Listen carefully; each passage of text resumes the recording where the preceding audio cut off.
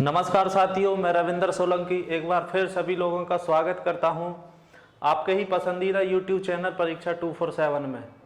दोस्तों, last time में हमने इंडियन पॉलिटी के अंतर्गत भाग 4 को कंप्लीट किया था और उसमें भाग 4 में हमने पहले मौलिक अधिकारों के विषय में बात की थी। उसके बाद दोस्तों भाग 4A में फंडामेंटल राइट्स के बारे में, ड्यूटीज के बारे में पढ़ा था और आज हम दोस्तों करेंगे संविधान का भाग 5। तो टॉपिक की तरफ चलते हैं। जैसा कि आपको पहले से ही दिख रहा होगा कि संविधान के भाग 5 को आज हम करने वाले हैं और संविधान के भाग 5 में दोस्तों हम करेंगे संघ के विषय में बात। संघ और संघ की अगर मैं दोस्तों बात करूं तो इसमें हम आर्टिकल 52 से और आर्टिकल 151 तक संघ के विषय में पढ़ेंगे। और इसमें संघ में दोस्तों हमें 3 चीज करनी होती हैं। पहली है हमारी संघ की कार्यपालिका, जिसे हम पढ़ेंगे अनुच्छेद 52 से लेकर 78 तक। संघ की कार्यपालिका में सबसे पहला हमारा यही है कि इसे हम अनुच्छेद 52 से 78 तक करेंगे। उसके बाद दोस्तों क्या है कि जो हमारा संघ की कार्यपालिका में सबसे पहला टॉपिक होता है वो होता है राष्ट्रपति। सबसे पहला जैसे हम राष्ट्रपति के जो टॉपिक है उसको हम अनुच्छेद 52 से और अनुच्छेद 62 तक करेंगे। उसके बाद दोस्तों उपराष्ट्रपति को कंप्लीट करने के बाद हमारा नेक्स्ट टॉपिक होता है उपराष्ट्रपति। हमारा नेक्स्ट टॉपिक होता है दोस्तों उपराष्ट्रपति और जिसे हम करेंगे अनुच्छेद 63 से लेके अनुच्छेद 71 तक। नेक्स्ट राष्ट्रपति को कंप्लीट करने के बाद हमारा नेक्स्ट अगला टॉपिक होता है दोस्तों प्रधानमंत्री। प्रधानमंत्री और उसकी मंत्री परिषद, जिसे हम अनुच्छेद 74 और 75 में करेंगे। इसे कंप्लीट करने के बाद दोस्तों संघ की कार्यपालिका में हमारा जो लास्ट टॉपिक होता है वो होता है महान्यायवादी। और महान्यायवादी की बात अगर हम करें तो महान्यायवादी के लिए हमें एक आर्टिकल दिया गया है, आर्टिकल 76। संघ की कार्यपालिका में सबसे पहला राष्ट्रपति, उसके बाद उपराष्ट्रपति और दोस्तों उसके बाद प्रधानमंत्री, मंत्री परिषद और नेक्स्ट होता है महान्यायवादी।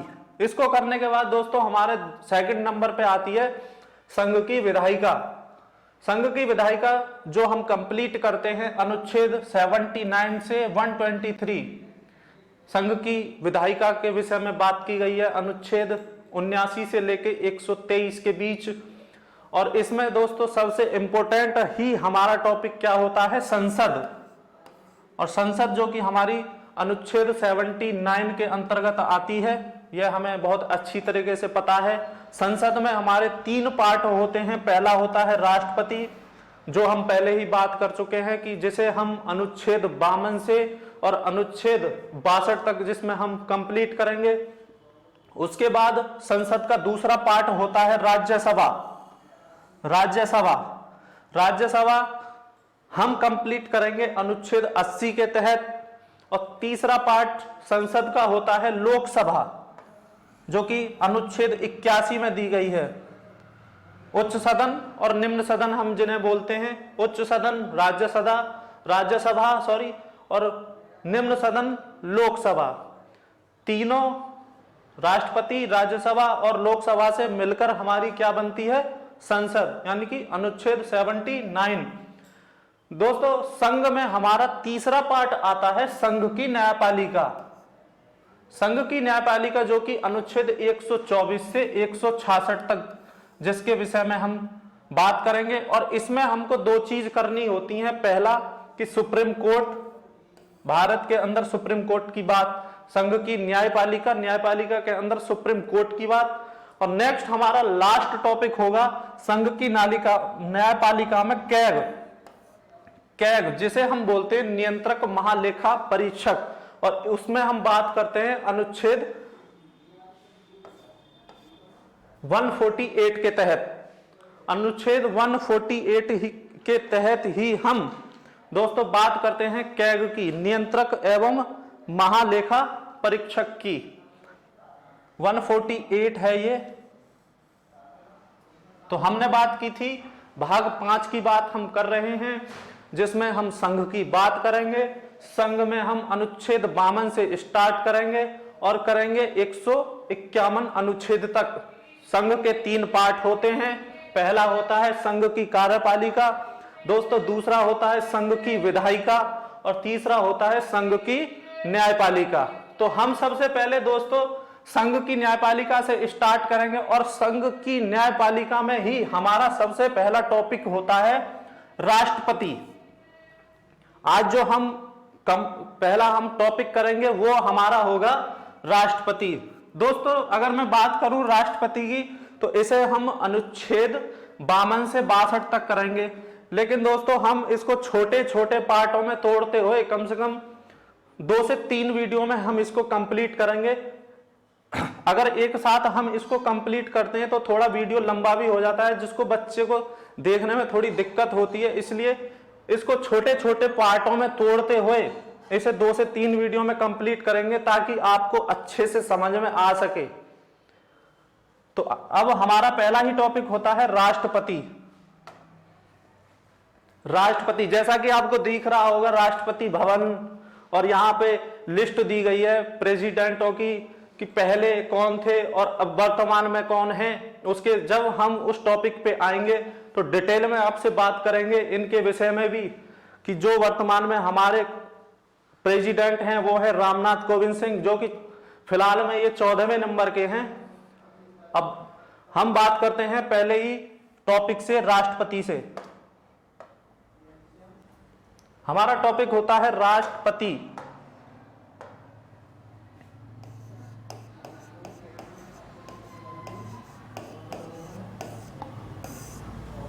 दोस्तों पहला टॉपिक है हमारा राष्ट्रपति, और जिसे हम कंप्लीट करेंगे आर्टिकल 52 से 62 तक।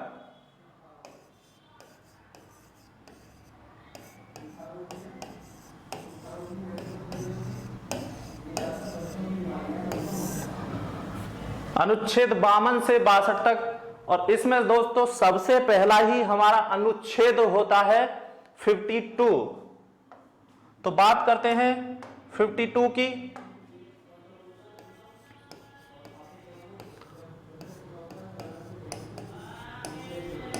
अनुच्छेद 52 दोस्तों इसमें क्या है 52 में, इसमें भारत का जो राष्ट्रपति है उसके पद के बारे में दिया गया है, या ऐसे बोलते हैं कि भारत में एक राष्ट्रपति होगा।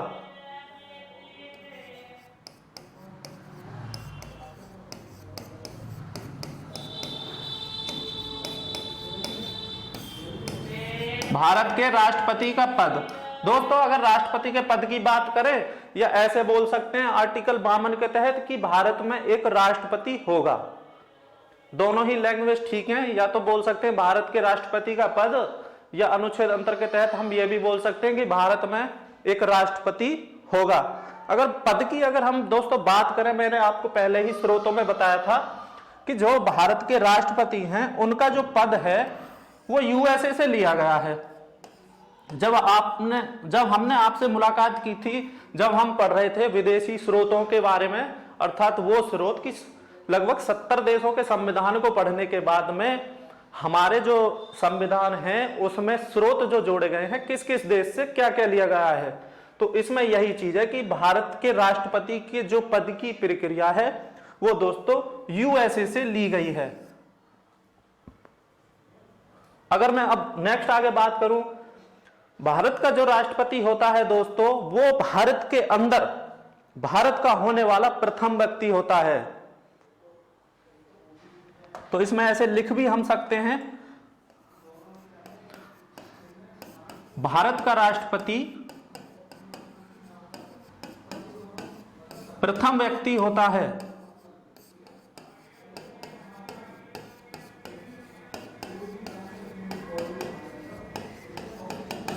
यह बात भी हम अनुच्छेद 52 के अंदर ही कर रहे हैं कि भारत के राष्ट्रपति का पद या भारत में एक राष्ट्रपति होगा, उसके पद की प्रक्रिया यूएसए से ली गई है। भारत का जो राष्ट्रपति होता है दोस्तों वह भारत का प्रथम नागरिक होता है। अगर राष्ट्रपति प्रथम नागरिक होता है, यह बात बिल्कुल सही है, अगर हम उसकी पत्नी की बात करें तो दोस्तों उसकी जो पत्नी होती है वो है बी। भारत की अगर लेडीजों में बात करें तो वह प्रथम महिला लेडी कहलाती है। नेक्स्ट दोस्तों हमारा आर्टिकल होता है 53, अनुच्छेद 53। साथ ही साथ दोस्तों नोट भी करते रहिए ताकि आपको कोई दिक्कत ना हो नोट्स बनाने में भी या पढ़ने में भी। इसमें दोस्तों क्या बात कही गई है कि संघ की कार्यपालिका की जो भी शक्ति होती हैं वो सभी राष्ट्रपति में निहित होती हैं।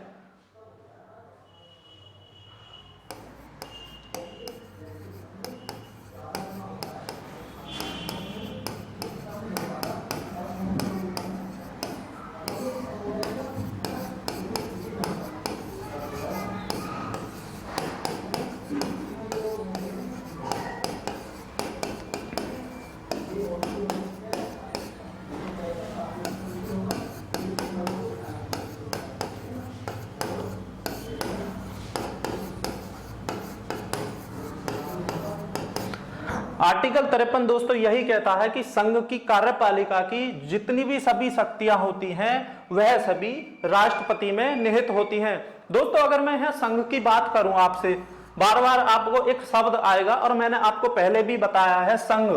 संघ की अगर मैं बात करूं तो संघ का मतलब यहां पर केंद्र से होता है। संघ, इसमें आपको कंफ्यूजन नहीं होना चाहिए कि बार बार हमको एक ही शब्द बोलना पड़े कि संघ क्या होता है, संघ क्या होता है। तो संघ का मतलब दोस्तों यही होता है कि संघ का मतलब केंद्र से होता है कि केंद्र की कार्यपालिका की सभी शक्तियां राष्ट्रपति में निहित होती हैं। और इसे हम ऐसे भी बोल सकते हैं अनुच्छेद 53 के तहत कि संघ की कार्यपालिका की सभी शक्तियां राष्ट्रपति में निहित होती हैं।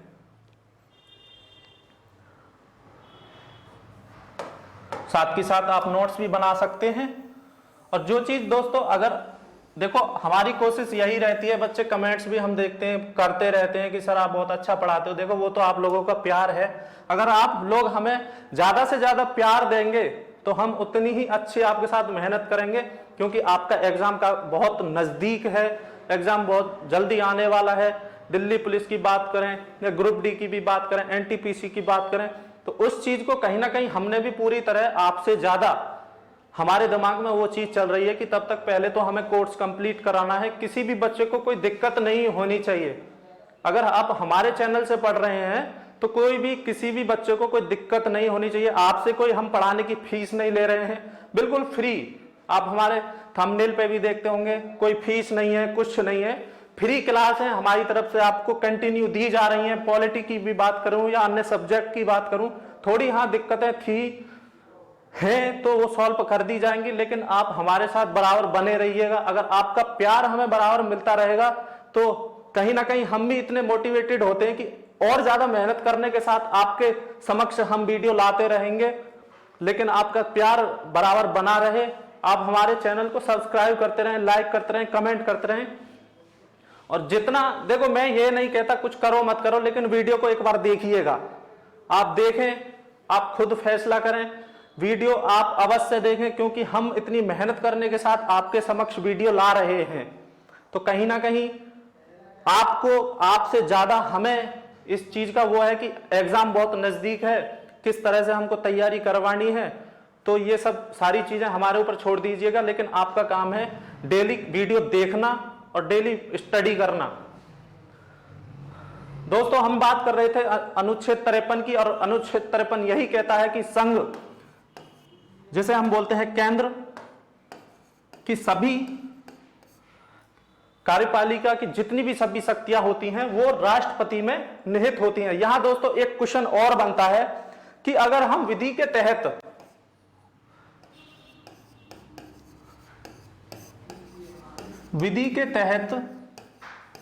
अध्यक्ष की बात करें, दोस्तों अगर हम यहां विधि के तहत अध्यक्ष की बात करें तो वो हमारे राष्ट्रपति ही होते हैं। राष्ट्रपति विधि के तहत जो हमारे अध्यक्ष होंगे वो होंगे राष्ट्रपति। और दोस्तों अगर हम वैसे बात करें कि वास्तविक तौर पर यहां ये दो क्वेश्चन बनते हैं।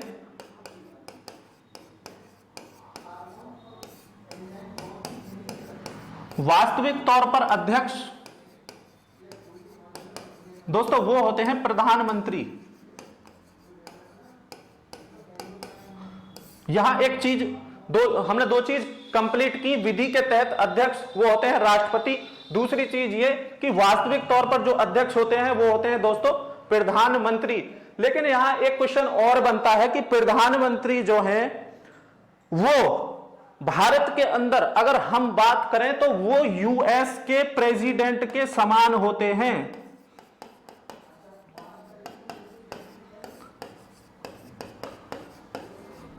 भारत का जो प्रधानमंत्री होता है वो यूएस के राष्ट्रपति के समान होता है, और जो भारत का राष्ट्रपति है वो ब्रिटेन की रानी के समान होता है।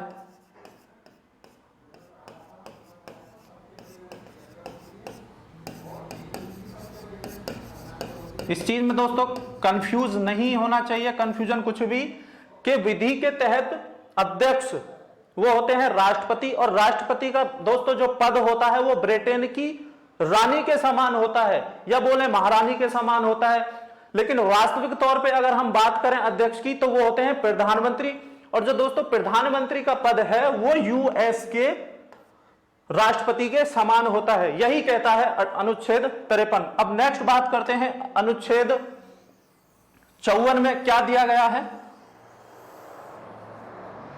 वो सारी चीजें आप नोट कर सकते हैं। कभी कभी पूछा जाता है एग्जाम में कि राष्ट्रपति का जो पद होता है वो किसके समान होता है, या प्रधानमंत्री का जो पद होता है वो किसके समान होता है। इन चीजों को आप पुटअप भी कर सकते हैं ना दोस्तों। नेक्स्ट जो होता है वो होता है अनुच्छेद 54। अनुच्छेद 54 दोस्तों क्या कहता है, यही कहता है अनुच्छेद 54 कि भारत के अंदर जो राष्ट्रपति है उसके निर्वाचन के विषय में बात कही गई है। राष्ट्रपति का निर्वाचन। और दोस्तों भारत के राष्ट्रपति के निर्वाचन के विषय में जब हम स्रोतों में बात की थी तो हमने एक बात की थी कि भारत के राष्ट्रपति का जो निर्वाचन का पद है वो कहां से लिया गया है, वो भी यूएसए से ही लिया गया है। स्रोतों में अगर बात करें कि आ जाए कि भारत के राष्ट्रपति का जो निर्वाचन है वो कहां से लिया गया है, तो वो लिया गया है यूएसए से। अगर अब यहां पे एक क्वेश्चन और बनता है कि भारत के, जब हमने निर्वाचन की बात की है तो यहां एक क्वेश्चन और बनता है कि जो भारत के अंदर राष्ट्रपति का प्रथम चुनाव कब हुआ था। राष्ट्रपति का प्रथम चुनाव, तो दोस्तों आपको अच्छी तरह से पता है राष्ट्रपति का प्रथम चुनाव जो हुआ था वो हुआ था 1952 में। प्रथम चुनाव ये भी एग्जाम में पूछ लिया जाता है कि राष्ट्रपति के लिए प्रथम चुनाव जो हुआ था वो कब हुआ था। नेक्स्ट इसका एक क्वेश्चन और बनता है एग्जाम के हिसाब से, एग्जाम रिलेटेड और निर्वाचन के हिसाब से, एक कि राष्ट्रपति का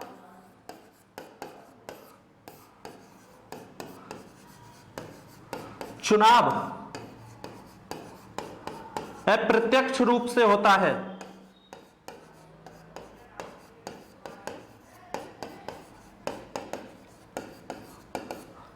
कई बार एग्जामों में यह भी चीज पूछी गई है कि राष्ट्रपति का जो चुनाव है वो किस तरीके से होता है, तो अप्रत्यक्ष रूप से होता है, ना कि प्रत्यक्ष रूप से।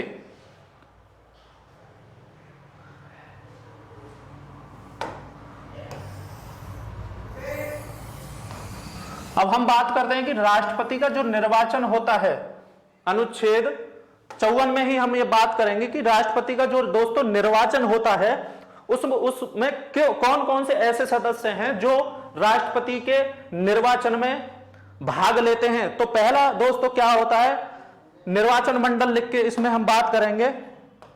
निर्वाचन मंडल,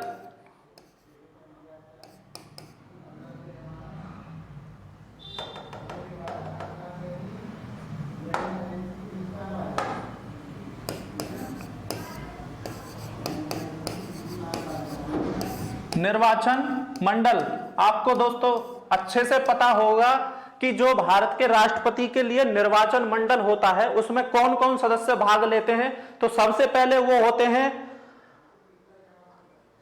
लोकसभा और राज्यसभा के जो निर्वाचित सदस्य होते हैं, लोकसभा एवं राज्यसभा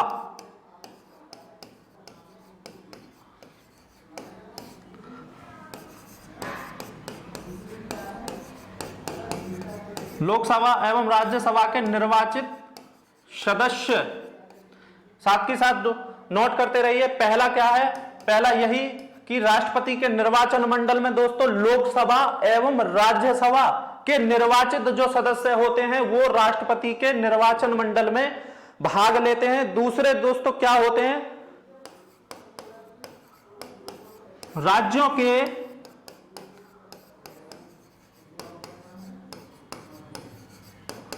विधानसभाओं के जो सदस्य होते हैं, राज्यों के विधानसभाओं के निर्वाचित जो सदस्य होते हैं वो राष्ट्रपति के निर्वाचन मंडल में भाग लेते हैं।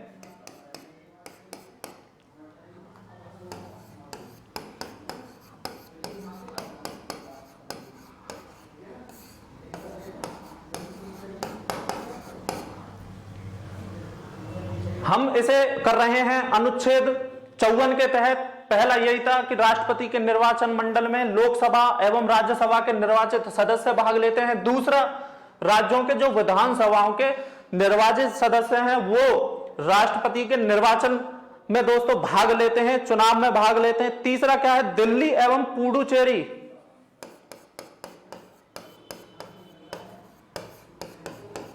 दिल्ली एवं पुडुचेरी दोस्तों, दोनों दिल्ली और पांडिचेरी दोनों केंद्र शासित प्रदेश हैं। इनके जो सदस्य होते हैं वो जो विधानसभा के निर्वाचित सदस्य होते हैं वो दिल्ली के एवं पांडिचेरी के निर्वाचित सदस्य वो भी राष्ट्रपति के निर्वाचन मंडल में भाग लेते हैं। इसे हम दोबारा अगर समझना चाहें, हम बात कर रहे हैं अनुच्छेद 54 की, और अनुच्छेद 54 दोस्तों यही कहता है कि राष्ट्रपति का निर्वाचन मंडल, और राष्ट्रपति के निर्वाचन मंडल में दोस्तों भाग कौन कौन लेते हैं? लोकसभा सदस्य एवं राज्यसभा सदस्य, लोकसभा एवं राज्यसभा के निर्वाचित सदस्य। दूसरा दोस्तों हमारा यही होता है कि राज्यों के विधानसभाओं के निर्वाचित सदस्य एवं दिल्ली एवं पांडुचेरी जो केंद्र शासित प्रदेश हैं उनके निर्वाचित सदस्य राष्ट्रपति के निर्वाचन मंडल में भाग लेते हैं।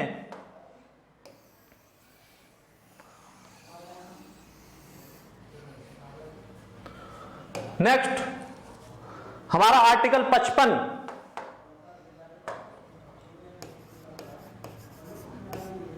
अनुच्छेद 55 क्या कहता है दोस्तों? अनुच्छेद 55 राष्ट्रपति के निर्वाचन की विधि,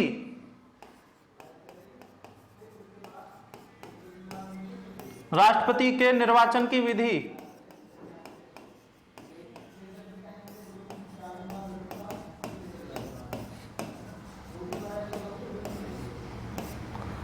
राष्ट्रपति के निर्वाचन की विधि।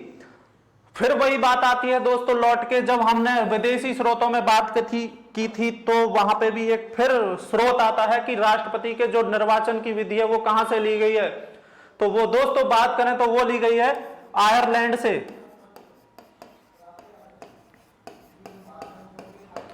विदेशी स्रोतों में राष्ट्रपति के निर्वाचन की जो विधि है दोस्तों वो ली गई है कहां से? आयरलैंड से। नेक्स्ट,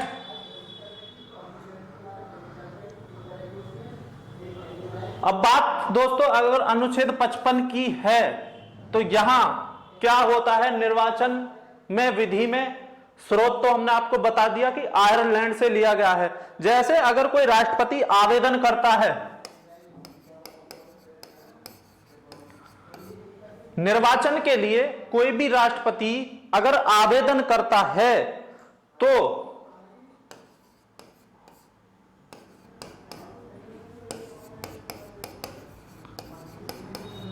यह चीज हमें याद रखनी है। राष्ट्रपति अगर आवेदन करता है तो जमानत के तौर पर दोस्तों 15,000 रुपए की फीस जमा करनी होती है राष्ट्रपति को। जो निर्वाचन के लिए तैयार है उसे 15,000 रुपए जमा करने होंगे। नेक्स्ट, इसी में एकल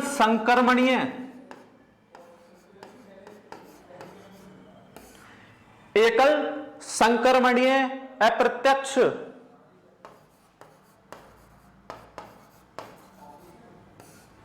प्रणाली,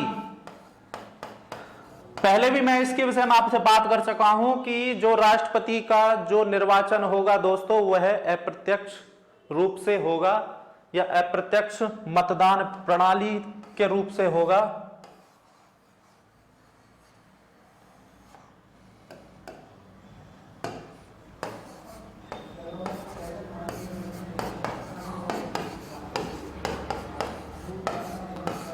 हम बात कर रहे हैं दोस्तों अनुच्छेद 55 की, और अनुच्छेद 55 यही कहता है कि राष्ट्रपति के निर्वाचन की विधि, और दोस्तों राष्ट्रपति के जो निर्वाचन की विधि है वो आयरलैंड के संविधान से ली गई है।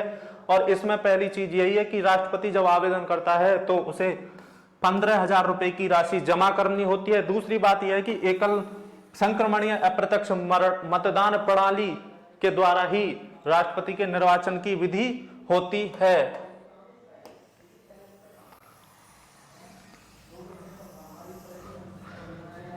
दोस्तों नेक्स्ट हम बात करेंगे आर्टिकल 56,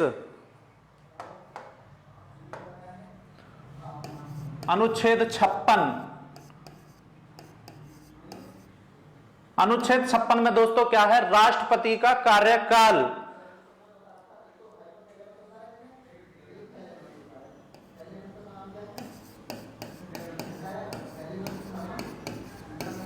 राष्ट्रपति कार्यकाल, ये चीज तो आपको समझ में आ ही गई होगी कि राष्ट्रपति कार्यकाल क्या है क्या नहीं है। इसमें यही है कि 5 वर्ष होता है राष्ट्रपति का कार्यकाल। अगर बात करें 5 वर्ष कैसे होता है, किस दिन से, 5 वर्ष शपथ से, 5 वर्ष शपथ से। इसमें एक चीज यही की है, साथ के साथ हम क्लियर कर देते हैं कि राष्ट्रपति अगर अपना इस्तीफा देना चाहे तो वो किसको देगा, कमेंट में बताइएगा आप जरूर। फिर हम इस बात की चर्चा कल की क्लास में करेंगे, जब हम राष्ट्रपति टॉपिक ही हमारा चलेगा कल भी, तो इसमें हम यही इसी बात की चर्चा करेंगे कि राष्ट्रपति जो होता है वो अपना इस्तीफा किसको देता है। यह तुम्हें दोस्तों कमेंट में जरूर बताना है। नेक्स्ट हमारा आर्टिकल 57,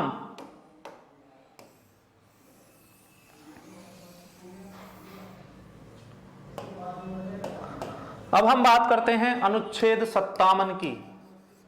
क्या कहता है दोस्तों अनुच्छेद 57?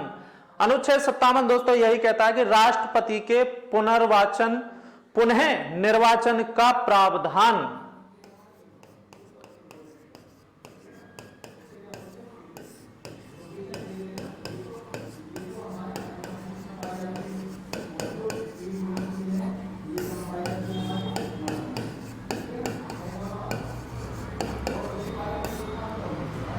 अनुच्छेद 57 दोस्तों यही कहता है कि राष्ट्रपति के पुनः निर्वाचन का प्रावधान आर्टिकल 57 में दिया गया है। इसका मतलब यह है कि दोस्तों अगर नोट करके लिख लेना, वैसे मैं आपको बता देता हूं कि भारत में कोई भी व्यक्ति राष्ट्रपति के लिए कितनी भी बार आवेदन कर सकता है।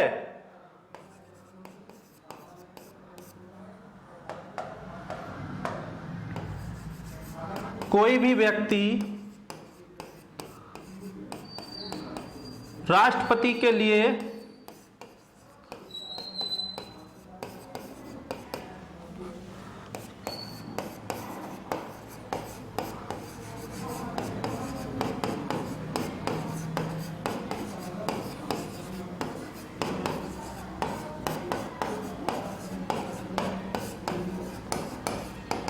दोस्तों आर्टिकल 57 यही कहता है कि राष्ट्रपति के पुनः निर्वाचन का प्रावधान, इसका मतलब यह है कि भारत के अंदर कोई भी व्यक्ति राष्ट्रपति के लिए कितनी भी बार आवेदन कर सकता है। नेक्स्ट बात करेंगे अनुच्छेद 58 की।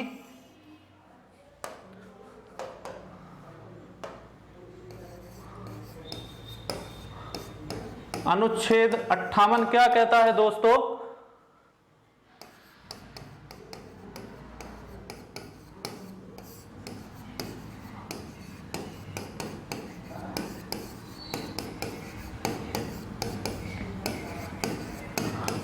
अनुच्छेद 58 यही कहता है दोस्तों कि राष्ट्रपति के पद के लिए क्या क्या योग्यताएं होनी चाहिए। क्या क्या योग्यताएं होनी चाहिए उनके विषय में हम बात करेंगे। पहला क्या होना चाहिए?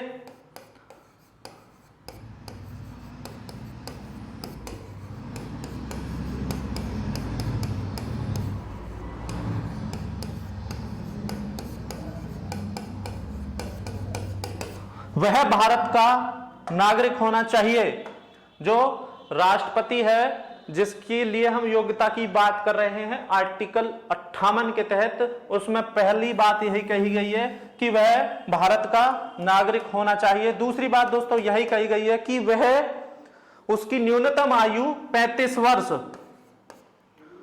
वह न्यूनतम 35 वर्ष का होना चाहिए।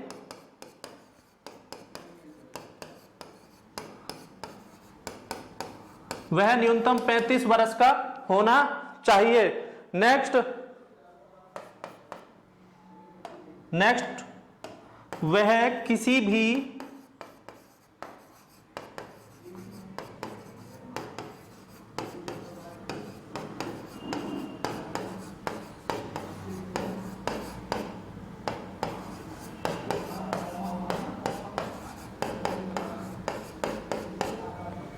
नेक्स्ट क्या कहा गया है दोस्तों? वह किसी भी लाभ के पद पर नहीं होना चाहिए। उसको अर्थात यह है कि कोई उसने पद ग्रहण उस समय नहीं किया हुआ होना चाहिए।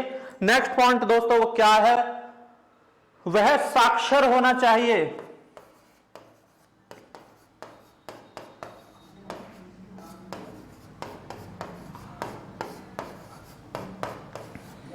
यहां एक दोस्तों बहुत बड़ा कंफ्यूजन बनता है कि साक्षर क्या है ये, और बहुत से लोग ये भी सोचते हैं कि भारत के राष्ट्रपति बनने के लिए तो कोई पढ़ने लिखने की या किसी भी ऐसा तो कुछ दिया नहीं है कि पढ़ा लिखा होना चाहिए या कुछ नहीं होना चाहिए। तो वही बात यहां पे कही गई है कि वह सिर्फ साक्षर होना चाहिए। साक्षर का मतलब यह होता है कि सिर्फ वह अपना नाम पढ़ ले और हस्ताक्षर कर ले या अंगूठा लगा ले। इसका मतलब यह नहीं है कि वो पढ़ा हुआ होना चाहिए, सिर्फ वह साक्षर होना चाहिए।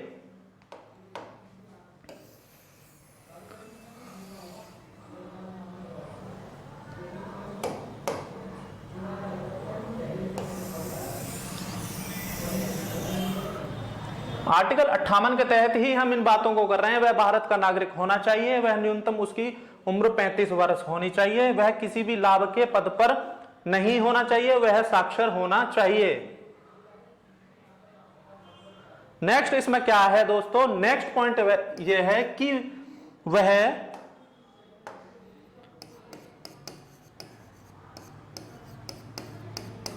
पागल या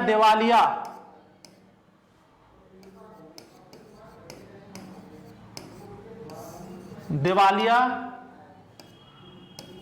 नहीं होना चाहिए।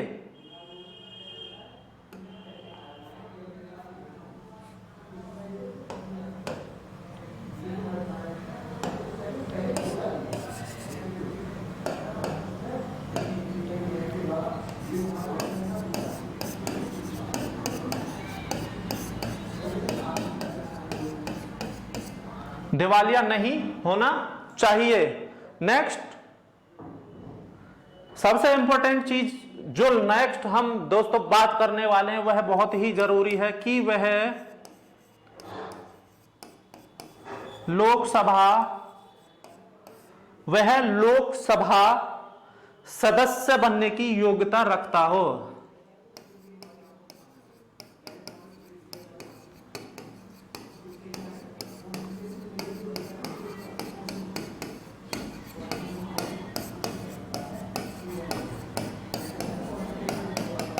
अट्ठावन के तहत अनुच्छेद 58 की बात कर रहे हैं। ये सारी चीजें राष्ट्रपति के लिए होनी चाहिए। नेक्स्ट हमारा होता है अनुच्छेद 59। नेक्स्ट अनुच्छेद 59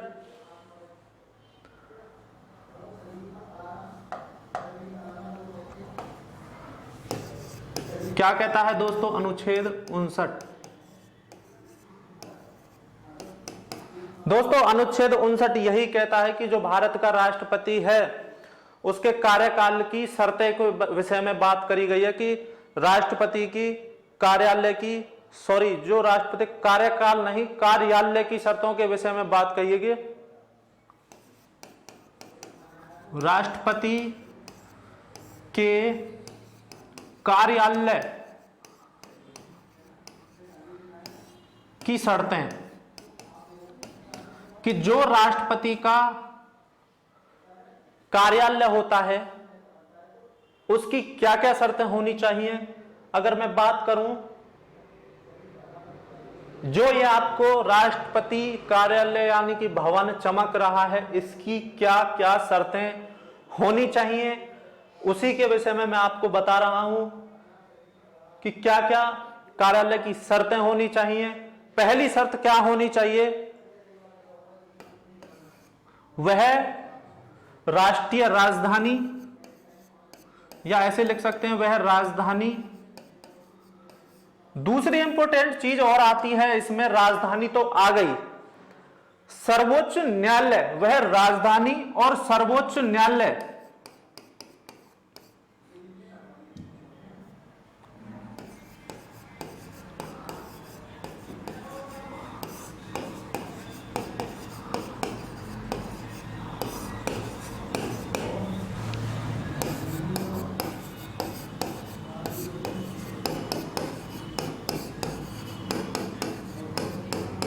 राष्ट्रपति का जो कार्यालय भवन है उसकी यह शर्त है कि वह राजधानी और सर्वोच्च न्यायालय के बिल्कुल समीप होना चाहिए। दूसरी शर्त क्या है दोस्तों, जो राष्ट्रपति है उसके वेतन एवं भत्तों में या ऐसे बोले दूसरा कि यात्रा या जो कार्यालय आप देख रहे हैं, सॉरी दोस्तों, यात्री भत्ता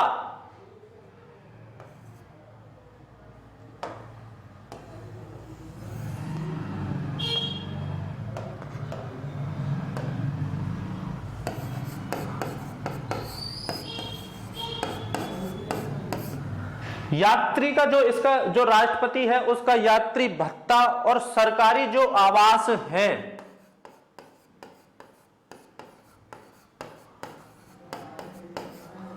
सरकारी आवास उसमें क्या है दोस्तों, यात्री भत्ते में और सरकारी आवास में वो क्या है कि जहां राष्ट्रपति रहता है यात्री भत्ता और सरकारी आवास उस राष्ट्रपति भवन के बिल्कुल ही समीप होने चाहिए, या ऐसे भी बोल सकते हैं यात्री भत्ता और सरकारी आवास का भोगी हो या आवास होने चाहिए। इस तरह से इसमें बात कही गई है अनुच्छेद 59 के तहत। दोस्तों जो आज के समय में राष्ट्रपति भवन है, जो अभी मैंने आपको दिखाया था राष्ट्रपति भवन,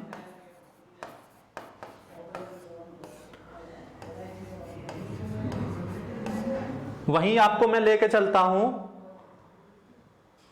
ये वाला जो ये राष्ट्रपति भवन है,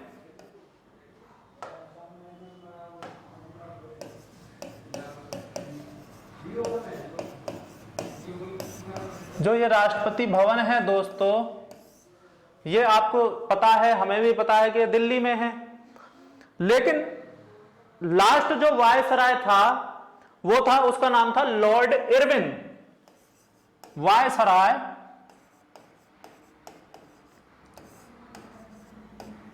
लॉर्ड इरविन क्या था दोस्तों, आपको दिखाई दे रहा है राष्ट्रपति भवन, और जो व्यक्ति था जो वायसराय था लॉर्ड इरविन 1926 से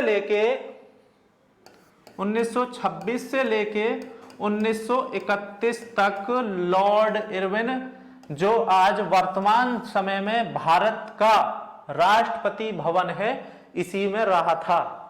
दोस्तों आज की क्लास हम यहीं समाप्त करते हैं, मिलते हैं नेक्स्ट क्लास में, तब तक के लिए जय हिंद, वंदे मातरम।